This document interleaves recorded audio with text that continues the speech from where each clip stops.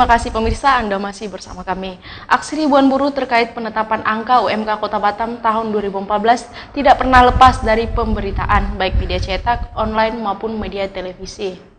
Nah, namun di tengah hingar-bingar aksi demo yang menyedot perhatian buruh di Batam, terselip peristiwa tak sedap. Seorang fotografer harian Tribun Batam bernama Argianto D.A. Nugroho malah justru menjadi salah satu korban pemukulan. Ini masih sangat kecil. Itu adalah bagian yang mencederai pekerjaan jurnalis dan pekerjaan pers sendiri. Ada orang pakai helm, waktu dia mendekatin aku, dia pakai masker, nanya ID cardnya mana? Aku bilang bapak dari mana dulu, tapi dia merasa nggak terima aku nanya gitu, dia langsung main pukul.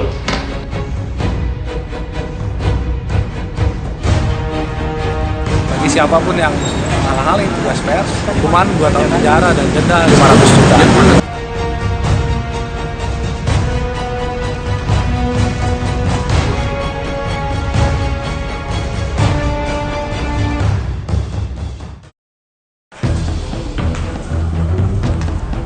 Argianto D.A. Nugroho, fotografer harian Tribun Batam, lantas membuat laporan atas kasus pemukulan yang dilakukan orang tak dikenal.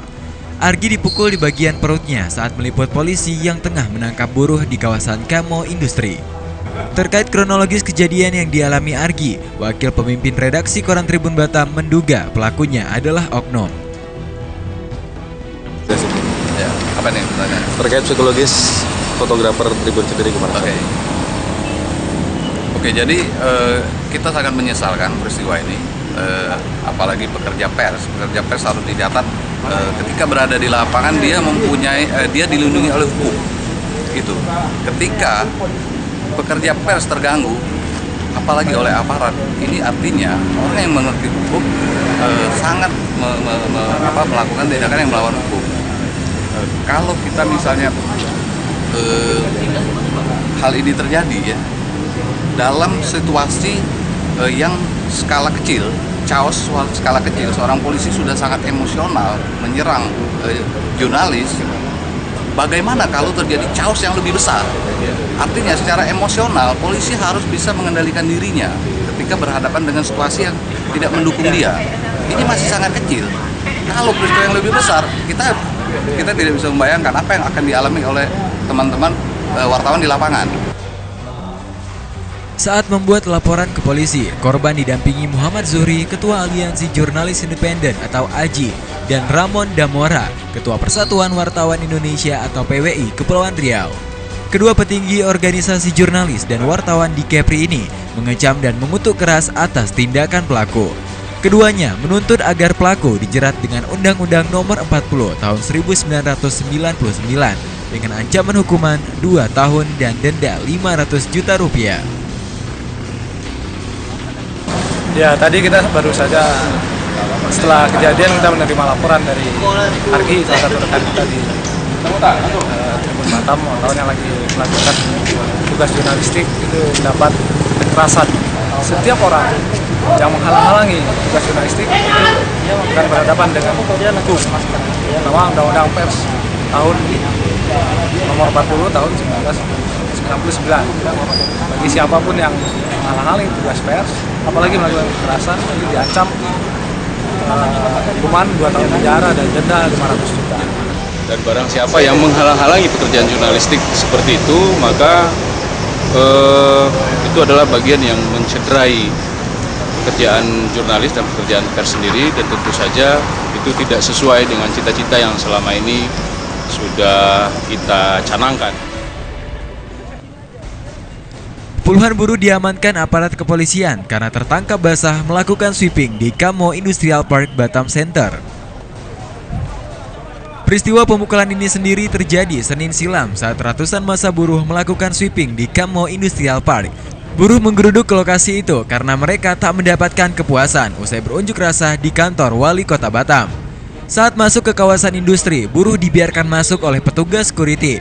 Mengetahui ada buruh yang melakukan sweeping, patroli motor atau Patmor Polresta Barelang langsung mengejar buruh dan menutup pintu kawasan. Polisi berhasil menangkap puluhan massa buruh dan mengamankan mereka di pos security, sedangkan ratusan buruh lain berhasil melarikan diri. Massa buruh yang mencoba melawan berhasil dilumpuhkan aparat kepolisian, baik yang berpakaian lengkap maupun berpakaian sipil. Buruh yang diamankan lantas dibawa ke Polresta Barelang. Ketika itulah Argianto yang tengah mengambil gambar peristiwa itu dengan kameranya. Ketika buruh melakukan sweeping, tiba-tiba Argianto didekati seorang pria berpakaian sipil. Lalu dia meminta kartu pers. Karena menolak, Argianto kemudian dipukul di bagian perut. Usai kejadian, Argianto langsung menyampaikan hal ini ke pimpinannya. Atas kejadian ini, Argianto didampingi wakil pimpinan redaksi, Ketua Aji, dan Ketua PWI Kepri melaporkan kasus pemukulan tersebut ke polisi. Semula, Argianto melapor ke Polresta Barelang, namun oleh petugas, laporan korban diarahkan ke Polsekta Batam Kota.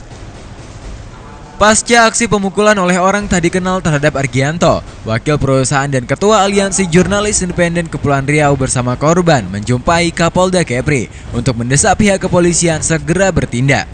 Menyambut kedatangan Argianto beserta perwakilan wartawan Batam, Kapolda berjanji akan mengusut tuntas kasus ini dan melarang anggota kepolisian menghalang-halangi wartawan dalam melakukan tugas. Aksi kekerasan terhadap jurnalis yang kerap terjadi sangat disayangkan. Padahal di dalam Undang-Undang tentang Pers jelas disebutkan, siapapun yang menghalang-halangi tugas jurnalistik sesuai Undang-Undang Nomor 40 Tahun 1999 mendapatkan ancaman pidana 2 tahun atau denda 500 juta rupiah. Namun hal ini nampaknya kurang begitu dipahami oleh masyarakat. Ketika bertemu langsung dengan Kapolda secara langsung di ruangan, Argianto menjelaskan ketika buruh membubarkan diri dari demo yang terjadi di kantor Pemko Batam, buruh teriak untuk melakukan sweeping ke kawasan industri Kamo. Saat itu, Argianto bermaksud mendokumentasikan aksi sweeping yang saat itu langsung dihalau tim huru-hara polisi. Argi mengaku didatangi orang mengenakan pakaian preman dan helm hitam serta masker wajah berwarna putih. Tiba-tiba pria itu langsung meminta kartu pers Argi. Karena ingin tahu siapa pria tersebut, Argi pun langsung menanyakan, "Anda siapa?" Bukannya mendapat jawaban, Argianto malah mendapatkan bogem mentah di bagian perutnya. Itu kan buruh merasa nggak puas dengan jawaban wakil wali kota. Ya, kalau itu udah tahu Makanya juga. ada buruh bilang sweeping. Terus aku bilang, wah ini mau ada sweeping nih, terus aku ikutin dari belakang kan. Nah, buruh itu semua masuk ke kamu. Setelah sweeping ada sekitar 5 perusahaan, barulah ada polisi huru-hara bubarin. Nah, puncak keributannya tuh di pintu pagar pos security di situ. Nah, tapi tidak main fisik, cuma "Mas jangan dipukul lah Mas, gitu aja." Oke gitu kan. Tapi aku waktu itu habis itu ada orang pakai helm, di sini ada fotonya. Apa tuh waktu dia dekatin aku, dia pakai masker, nanya, "Mas, ID cardnya mana?" Aku bilang, "Bapak dari mana dulu?" Kalau yang jawab dia pakai pakaian polisi, tentu aku langsung nunjukin, nggak perlu nanya lagi, "Bapak dari mana?" Kan aku udah tahu, oh dia polisi. Nah, tapi dia merasa nggak terima aku nanya gitu, dia langsung main pukul. Menanggapi permintaan para wartawan, Kapolda Kepulauan Riau berjanji akan mengusut tuntas kasus ini dan melarang anggota kepolisian menghalang-halangi wartawan dalam melakukan tugas. Namanya presiden lapangan, semua bisa dihubungkan gitu kan ya, yang bisa dihubungkan satu dengan lain, bisa saja. Mungkin tanggapannya terkait anggota yang melarang teman kami mengambil gambar itu gimana Pak? Yang mana tuh? Tadi dijelaskan Mas Argi bahwasanya ada anggota Sabar yang melarang untuk mengambil gambar. Ya kalau yang melarang kan tidak boleh. Iya. Itu kan hak daripada media, kan begitu ya? Yang ininya. Ya berarti kan nanti resmi kita juga sama mereka dengan anggota, kalau tugas mengambil mana, kalau usah larang media kan gitu. Masing-masing kan punya tugas pokok fungsinya masing-masing.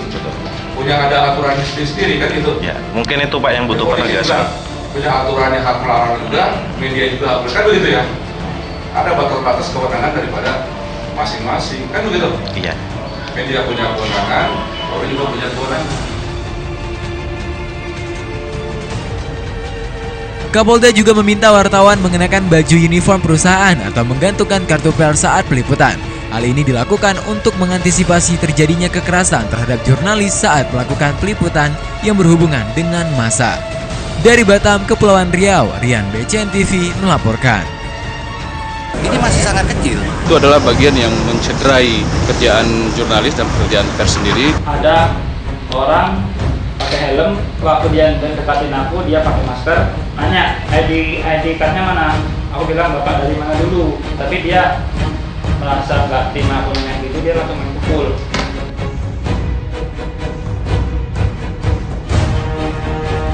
Bagi siapapun yang hal-hal itu tugas pers, hukuman 2 tahun penjara dan denda 500 juta.